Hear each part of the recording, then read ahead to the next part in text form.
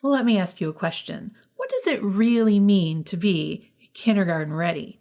Should we be teaching our kids to read before they go to kindergarten?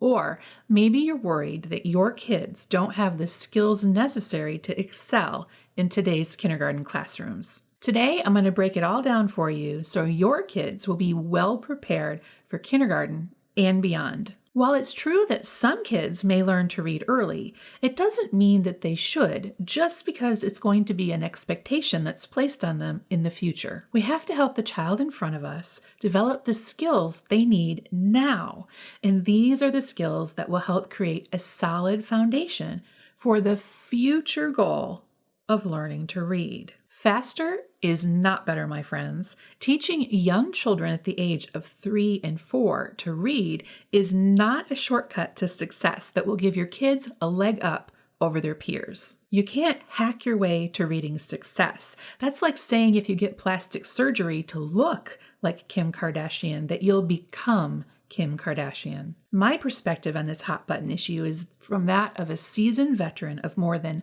20 years in the public pre-K classroom. I'm here to share brain-based, research-backed information with you about kindergarten readiness and what you can do to help support the healthy brain development necessary for a successful kindergarten experience. I'm sure that most teachers can remember a few students who've been in their classrooms who just weren't ready to be there. In my own experience, working in an urban setting in a Title I school district, opening Lunchables or being able to open them was not going to help my kids be more successful in school. It would be nice if they could do it, but it certainly wasn't a huge obstacle in their way. And not being able to read?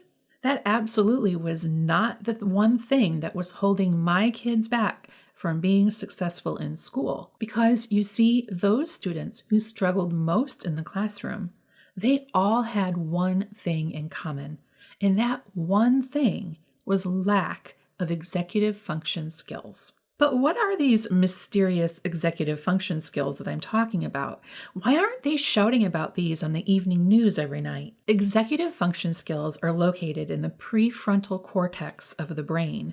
They start developing at birth, and they continue to develop into our late 20s. That's a long time. These are the basis for success in school and life, which is what makes them so important.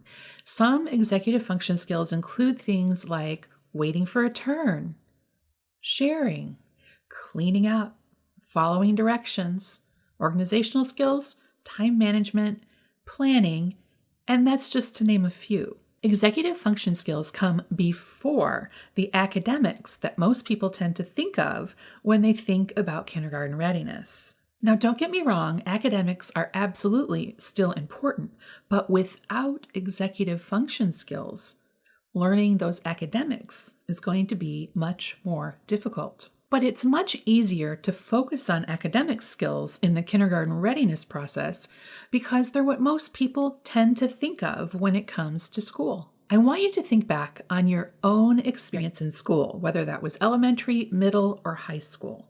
Do you remember what grades you got? Now, you might not remember exact numbers, but I'm sure that you can remember whether those grades were good or bad, right? But do you remember if your executive function skills were good or not? No, you don't. But just because they're not measured by grades doesn't mean they aren't critical to kindergarten success.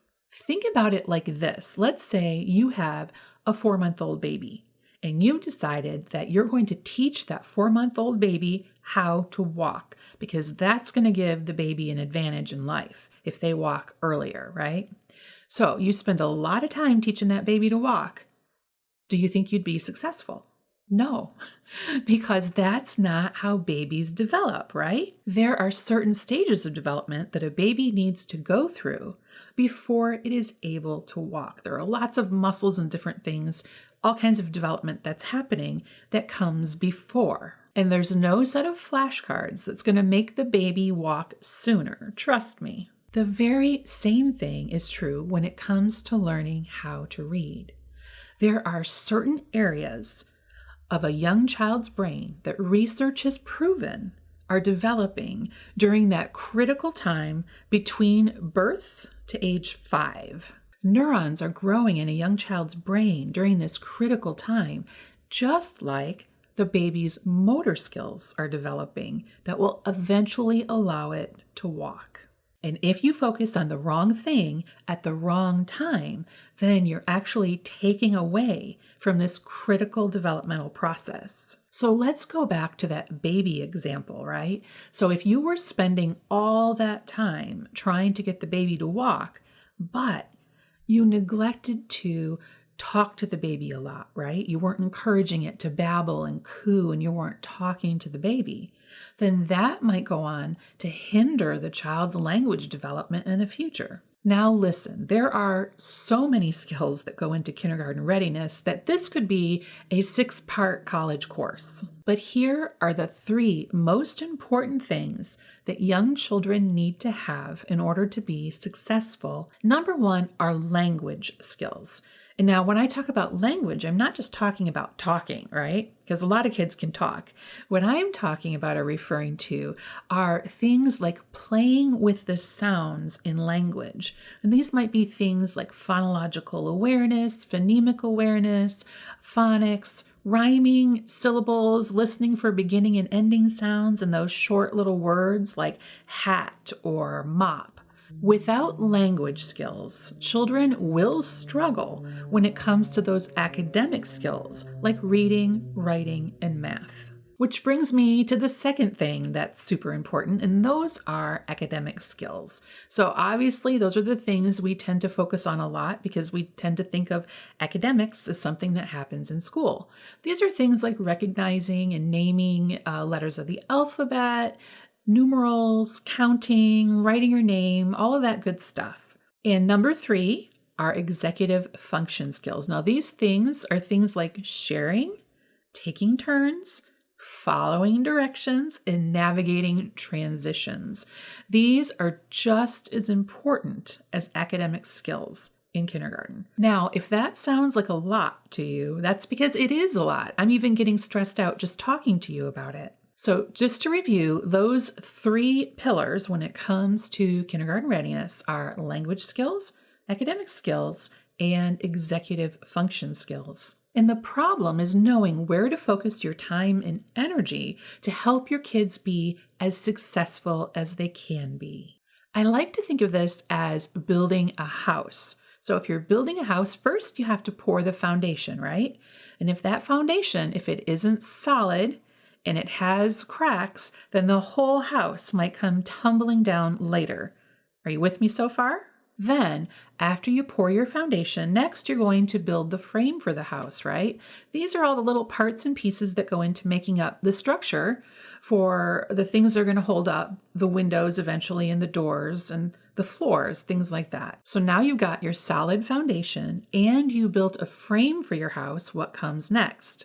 Right? Now you need to do things like put on the roof, put in the drywall, put in the doors and windows, all those things that make this structure that you're building into a house. Each step of this process is dependent on the step before, right? You can't build your frame on a shaky foundation, and you can't put a roof on a house that doesn't have a frame.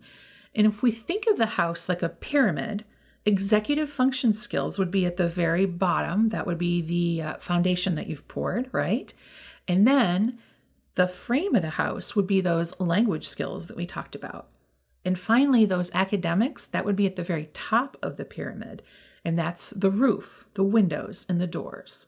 Does that make sense? So focusing on teaching young children to read before they enter kindergarten is like trying to put on the roof to the house before you have the frame. So now that we're all on the same page, how do we help young children, whether that's at school or at home, develop executive function skills?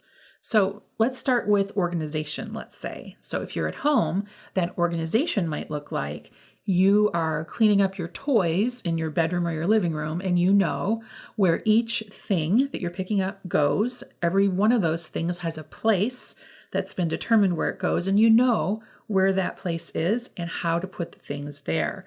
So it might look like little bins or something. You know how you have those little toy storage things with little bins in them?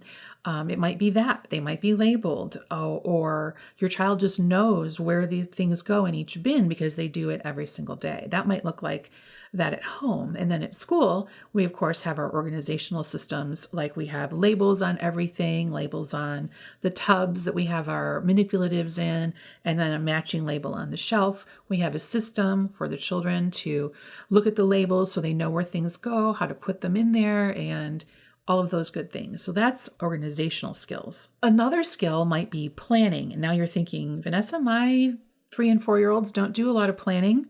They actually do. And so what planning looks like to young children is different than what it looks like to us as adults and how we think of it. So planning for young children is simply something that might take the form of a picture schedule, right? So for example, if you're at home, you might want to use a picture schedule to let your child know what things you'll be doing in the day. That's your daily routine. And we definitely use those same types of picture schedules at school, only our pictures are a little different. Picture schedules really help because the more inconsistency or the more unknowns there are in a child's day, the more opportunity there is for feelings of anxiety or fear to come into play. And when children feel anxious or fearful, then they do what? They act out. So planning is super important. And usually it's the adult who has the planning structure in place for the child, right? So maybe it's going to be, well, first we're going to get up and eat breakfast. Then we're going to brush our hair rather, wash our face and brush our teeth. Sorry. And then we're going to put on our clothes and we're going to put on our shoes and we're going to put on our jacket, and we're going to go to the grocery store, whatever your day looks like, right? And in the classroom, it's going to be the same thing, only we don't do the whole going to the grocery store. We do something different. So we're going to have pictures for that. And that's how planning comes into play. And it really helps the day flow more smoothly for the child. And once they can start to predict what's going to come next in their day, whether that's at home or school, it's going to make their lives and your life as the adult so much easier because they're just going to know exactly how things go, and they need that predictable routine. And that's what almost all of the students that struggled in my classroom, they had problems with because they didn't have a predictable routine at home. There was no routine, right? So they also didn't have any organizational skills, anything like that. That was all lacking, and that really affects their ability to be successful in school and life when they don't have that structure already in place when they enter school. Next up is time management. And I know, once again, you're like, Vanessa, my kids can't manage their own time. They can't tell time. I'm like, that's totally cool. Time management often can also use a picture schedule in place, but a lot of times it's about reminders of what's coming next. So for example, going back to the grocery store, we might say something like, oh, it's almost time to go to the grocery store and I see you're not ready yet. What can we do next so that you'll be ready to go when it's time? We do the same thing in the classroom with the cleanup. It's almost cleanup time. Let's think about what we can do now to help us be ready when it's cleanup time. So, and we have lots of different tools in the classroom to do that. You can do reminders, you can use visuals, audio cues, things like that. But really, it's just helping them plan their time and knowing that the time is passing the longer they take. And so at home, it might be the form of a time timer. That's a timer that shows kids visually. It's super helpful. And then next up is self-control. This is huge, right? This is kind of what we think of when we think of executive function skills. Self-control, my goodness, hardly any 3 and 4-year-olds have self-control. But really what it is all about is about waiting for your turn, being patient as much as a 3 and 4-year-old can, and learning how to wait for that turn to come. So I think of at home, things like children are constantly interrupting their parents, mommy, mommy, mommy, mommy, mommy, mommy, mommy, and mommy's engaged in another conversation with an adult and she knows that it's not an emergency. Okay, I hear you, I see you, I acknowledge that you want my attention, but right now my attention is here and it needs to be here right now, right? So I'm going to get to you in a minute, and if you can just wait. That's really hard for little kids because they all, just like in the classroom, they always tell us as teachers, teacher, teacher, teacher, teacher, teacher. They need our attention right now. Miss so-and-so, Miss so-and-so, Miss so-and-so. Those things are really hard to do. And then, of course, that leads into impulse control and things like snatching toys from their friends, waiting for a turn, all these things. Lots and lots of different parts of the day at home and at school where self-control comes into play, because young children want instant gratification, right? They want to hit their mommy and say, mommy, mommy, mommy, and get instant attention. Same with the teacher. They don't want to wait for a turn. They want it now. So that's a really difficult concept to teach, and it's one that takes years to completely develop. And I know many adults in their adult lives who don't have a lot of self-control. So super important to have that in place before your kids enter kindergarten. I'm not saying mastered, but like have some form of being able to wait for things. Without all of these things in place before kindergarten, those academics, it's going to be like pushing a boulder uphill. Because think about it, if your kids can't wait, they can't take turns, they can't plan or manage their own time, they don't have any organizational skills, how on earth are they going to learn how to read, right? So what if you do want to give your child a leg up, or your children in your classroom, when it comes to kindergarten readiness? What can you do if we're not going to get little books out and have them sounding out words at the age of 3? What can you do? So here are my best tips and tricks for making sure your kids are reading ready when they enter kindergarten. And those things are simple things that don't cost any money, thank goodness. And they're things like putting your finger under the word when you read the words on a page in a picture book, right? Because it's 2023. We all know that reading to our kids is super important, right? Whether it's at home or in the classroom. So we're going to just assume that's a given. So now we're going to be putting our finger under the words as we read. That's going to be super helpful to drawing kids' attention to print and understanding that print matches the spoken word that's coming out of our mouth. That's a huge leap for young children. Next, we're going to do things like occasionally invite the child to interact with the print by asking them to maybe find the first letter of their name in the words on the page. Not every page, not every day, but these are just small interactions. Or maybe you're reading a book and it's all about a particular thing, that particular thing, like the Gruffalo perhaps, has a G, and say, oh, the Gruffalo's name starts with a G. Can you find the G on the pages? Things like that. Next, you're going to ask questions about the story, right? So maybe you're going to wonder like, why? Why did the character do that? Or I wonder if this would happen. Or I wonder if that could happen. What do you think? Asking your child to engage in a conversation, or your students to engage in a conversation about the book, is going to go a long way towards comprehension, which again ties into listening and speaking and writing as well. You're going to talk about the pictures on the page. What's happening in these pictures? You're going to point to the pictures, ask your child to tell you, or your children, what do you think is happening, right? You're going to play with sounds and words. So for example, you're going to look at little words like hat or mop, and you're going to call attention to the beginning and the ending sound. This doesn't have to be in print. A lot of these types of things are auditory only. When it comes to things like manipulating sounds and words, those are auditory skills when it comes to 3 and 4-year-olds. So we're going to play with the sounds and words. Can you hear the first sound in hat? Hat. That's an H sound. That's right. And now at the end of the word hat, oh, we're going to listen for that sound. And that sound t is the letter T, right? And we're going to look for the T sound or something like that. Very, very simple, playing with the sounds in the words. Or very simply, their first name. That's really the most effective way to start, is the first letter of their name.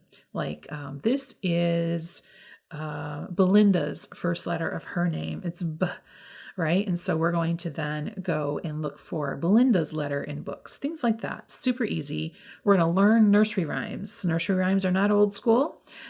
They are super helpful when it comes to the reading process and developing fluency and rhyming, and all sorts of phonemic awareness skills can be derived from learning nursery rhymes. And we're going to sing songs and play with language in that way.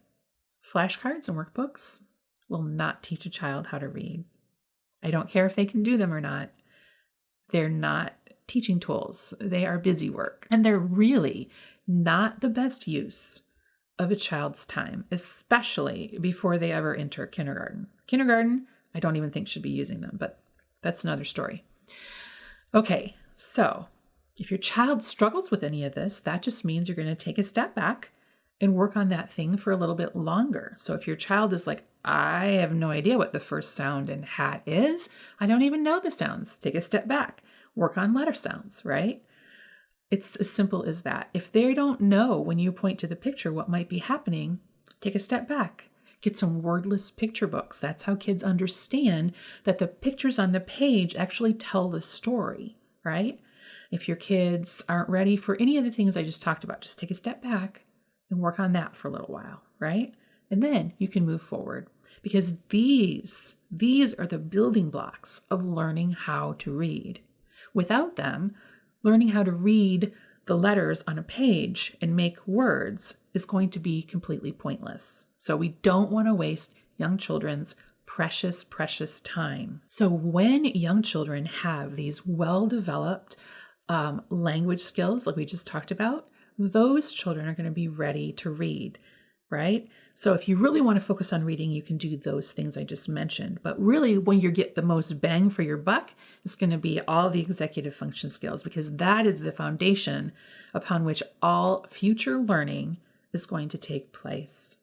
Okay? So if your child has, or your kids in your classroom have those great language skills, they're going to be ready for kindergarten. Now, if your school district comes to you and says, your kids need to know this list of 100 sight words before they enter kindergarten, that just says everything about the school district and what they don't know about child development, and nothing about you and your parenting. So there's absolutely no public school in this country that will reject your child because they don't know 100 sight words before they enter. And this is because we have a lot of schools in this country, and messages don't spread quickly. In the education world, they spread very slowly, right? And that's what causes a lot of problems. So it's not best practice to have children having to know 100 sight words before they enter kinder, and don't let it get you down, right? If you're a teacher, let it slide off your back like the water off a duck. If you're a parent, just nod your head and smile, and don't, they can't deny a child entry to kindergarten because they don't know 100 sight words. And it would be a complete waste of that child's time to be doing that, to be learning those words when they're not actually learning those crucial skills. They're going to carry them throughout their lives, whether that's executive function or reading. When young children have well-developed executive function skills, they'll be more successful in school and life, and they'll be well prepared for kindergarten. And now, if you want to learn more about these elusive executive function skills and how they can help young children succeed, then you don't want to miss my annual Soar to Success virtual summit that takes place every July. You can find more about it and mark your calendars at soar2successsummit.com. Until next time, I'm Vanessa Levin. Onward and upward.